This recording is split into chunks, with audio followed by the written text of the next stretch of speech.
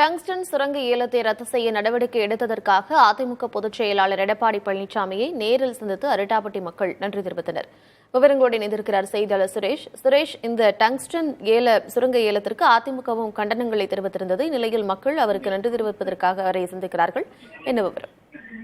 கார்த்திகா, தமிழகத்தை பொறுத்தவரையில் டங்ஸ்டன் சுரங்கம் என்பது மதுரை மாவட்டம் மேலூர் அருகே இருக்கக்கூடிய அரிட்டாப்பட்டியை அடிப்படையாக வைத்து அந்த சுற்றுவட்டார பகுதிகளில் மிகப்பெரிய அளவில் இந்த சுரங்கம் அமைப்பதற்கு ஏலம் விடப்பட்டது.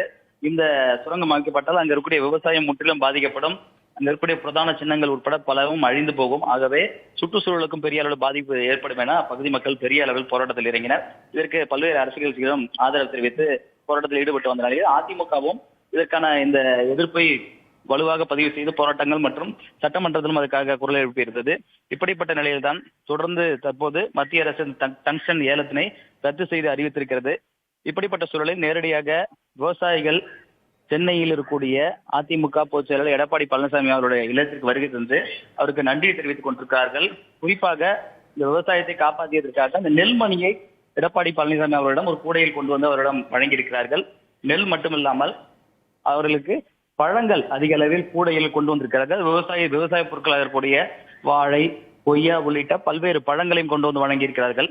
இப்படிப்பட்ட நிலையில்தான் எங்களுடைய அரிட்டாப்பட்டி மதுரை மாவட்டத்தில் இருக்கக்கூடிய இந்த விவசாய பகுதி காப்பாற்றப்பட்டதற்கு நன்றி தெரிவிக்கும் வகையில் உங்களுக்கு ஒரு நன்றி தெரிவிப்பு விழாவினை ஏற்பாடு செய்திருக்கிறோம். அதற்கு வருகை தர வேண்டும் என்றும் விவசாயிகள் தரப்பில் வலியுறுத்தப்படுகிறது.